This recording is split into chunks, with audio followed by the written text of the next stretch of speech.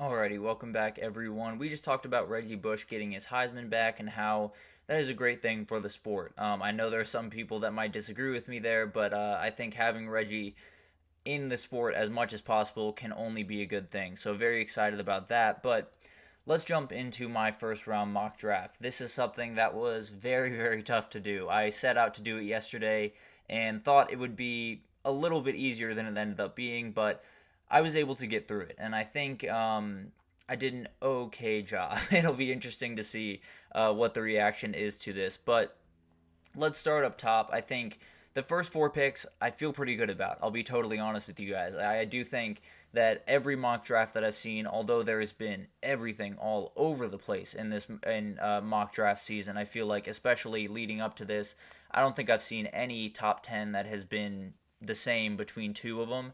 But the top four seems to be pretty chalk. So it's going to be Caleb Williams number one overall, barring some crazy turn of events today, which will not happen, I don't think. Caleb Williams will go number one. Jaden Daniels will likely go number two to the Commanders, and then Drake May to the Patriots at number three. So those three guys have been expected to go be the top three picks. I expect them to be the top three picks, and I think Arizona probably stays put and takes Marvin Harrison Jr. and just continues rolling with Kyler Murray for the time being and doesn't trade down, which some people have kind of kicked around, but it feels like that's getting less and less traction as we go on. But I do think Minnesota will trade up into that five spot. I think they really want J.J. McCarthy, and I think he fits them really well. So I would not be surprised at all if they traded up. Now, there has been a little bit of momentum with them just sticking where they are, but I think there's a little bit too much danger when you look at the Giants there, which is something that J.J. McCarthy brought up yesterday. I believe he was on the Rich Eisen show and was talking about which team he thinks he might go to, and he brought up the Giants as a possibility. I know Drake May has talked about them as well, so I think the Vikings will not leave this one up to chance. I think they'll go up and get JJ and continue rolling with him. I think Malik Neighbors will go to the Giants. There's been a little bit of talk about Rome Odunze possibly going above him. I don't expect that to happen. I think the Titans will take Joe Alt. That feels like the slam dunk number one tackle. Now, there has been some energy around J.C. Latham possibly going before him, but I tend to believe that Joe Alt's just a little bit rangier, a little bit more athletic, and has the ability to move inside, hypothetically, if you need him to. Now, the Titans will not need him to. They will definitely need him at left tackle, but I do think Atlanta will go with edge rusher, but I don't think they'll go with the guy that a lot of people have been expecting them to go with for a long time now. I think they will go with Liati Latu. I think this is a guy that is the most complete edge rusher. I think he's the most NFL ready, and I genuinely think he could have double-digit sacks his very first year, and it's something that Atlanta absolutely needs. I don't think they're in the position where they can take a project and work him up to speed where I think Dallas Turner kind of lies in this grand scheme of things. So I take Latu and kind of run with it if I was the Falcons.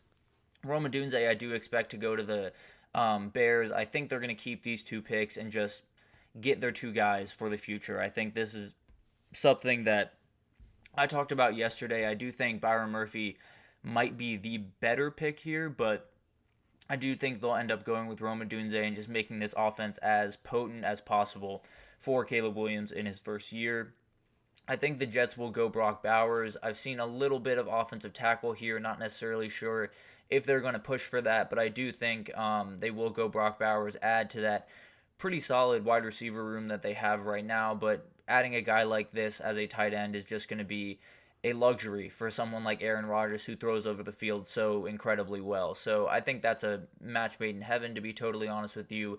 J.C. Latham is a guy that I just talked about. You know, I've seen a couple of mock drafts with the Chargers staying put and taking him instead of Joe Alt at the tackle position, but I do expect the Chargers to still get him. I just think they'll get him at 11, and I think they'll be more than happy with that. A very good player that can immediately start for them at a position that they probably need someone to immediately start for them.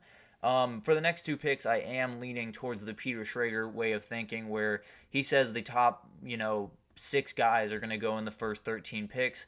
I kind of have come to that as well, or that realization as well. I do think that there are some really good fits with the next two picks where Bo Nix could go to the Broncos and Michael Penix Jr. could go to the Raiders, and I think it would work out very well for both parties. Now, I do think there has been a little bit of I've seen a couple of mock drafts with the Broncos possibly trading down and getting Bo Nix later or doing something different here, but I do think this could be the guy that they're targeting, and I think especially Sean Payton, someone like Bo Nix, who is so accurate and has that ability to throw over the middle of the field, I think will definitely be a huge selling point, I suppose, for Sean Payton and that staff. But I think you continue on down the line after Michael Penix, you got Olu Fashanu, a guy that is an absolute beast, and I think the Saints probably need tackle more than anyone else in this entire draft. So definitely someone that they're going to get their hands on. If there's a tackle on the board,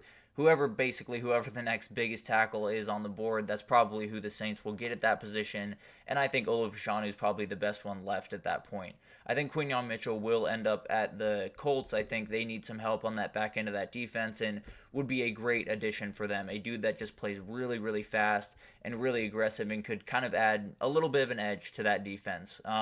Troy Fautanu is a very, very athletic kid where the Seahawks, kind of need a little bit of help on that offensive line, but they're not exactly sure where that help needs to come, whether it's inside or outside. This is a guy that can play either, really. So this is kind of a pick where you pick the athletic kid that is very versatile and then kind of plug him wherever you need him type of thing. But I think the Jaguars will pick up Cooper DeJean. I think they need a little bit of help on that back end, whether you play safety or corner. I don't know if it necessarily matters. I think this kid is just incredible. I do think safety is probably more likely, to be totally honest with you, but it doesn't necessarily matter where this kid ends up. He's going to be making plays, and then him returning punts will be something to watch at the next level. I do think the Bengals will go Byron Murphy. That's where he will end up. There's been a lot of talk of him being the first defender off the board. I just think Atlanta's probably going to be the first defender pick, and I think they need edge rushing just way too much to spend the pick on Byron Murphy. I do have a weird feeling they might go Byron Murphy, but I do think they just need more edge rushing. I would lean they would go that direction, but who knows?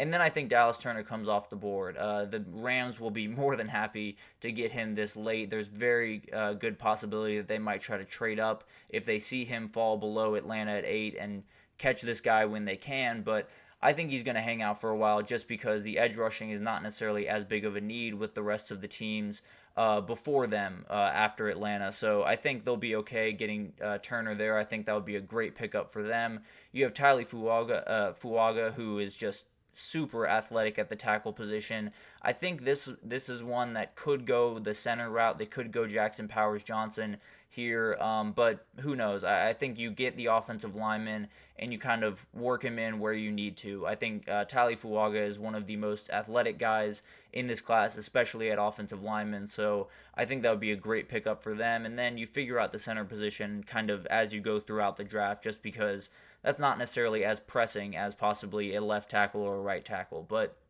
moving on, I think Johnny Newton, I think, goes in 21 with the Dolphins. I think this makes total sense. You just got rid of Christian Wilkins, and you need some help inside, and he is more than capable of being a big-time player right when he gets there. A huge space eater that will be great against the run, so I think he's going to be a huge piece for them and will be a great pick. I think the Eagles will go Brian Thomas Jr.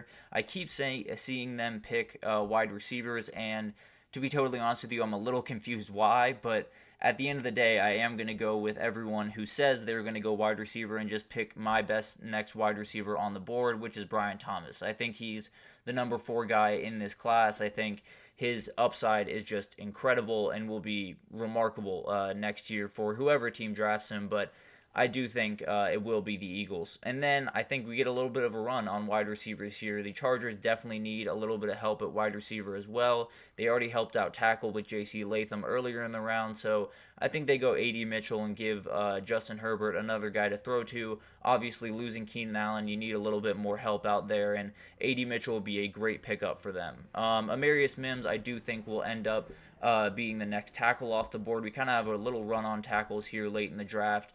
Or late in the first round. I think the Cowboys are almost definitely getting a tackle. Losing someone like Tyron Smith is very, very tough, and you absolutely need to replace him as soon as possible. So I think they'll go Amarius Mims. I think Tyler Guyton is another guy to watch here. These last 3 tackles could really go in any order. But I think this could be the way that it ends up shaking out. I think Jordan Morgan is a very, very good player that might be a little bit underrated in this tackle class. I think he's going to end up at the Packers, get Jordan Love a little bit more protection behind him. I think the Buccaneers will go with edge rushing and Jared Verse. That's just elite athleticism to go along with some of the great linebackers he's going to have behind him. I think that's just a match made in heaven for that defense.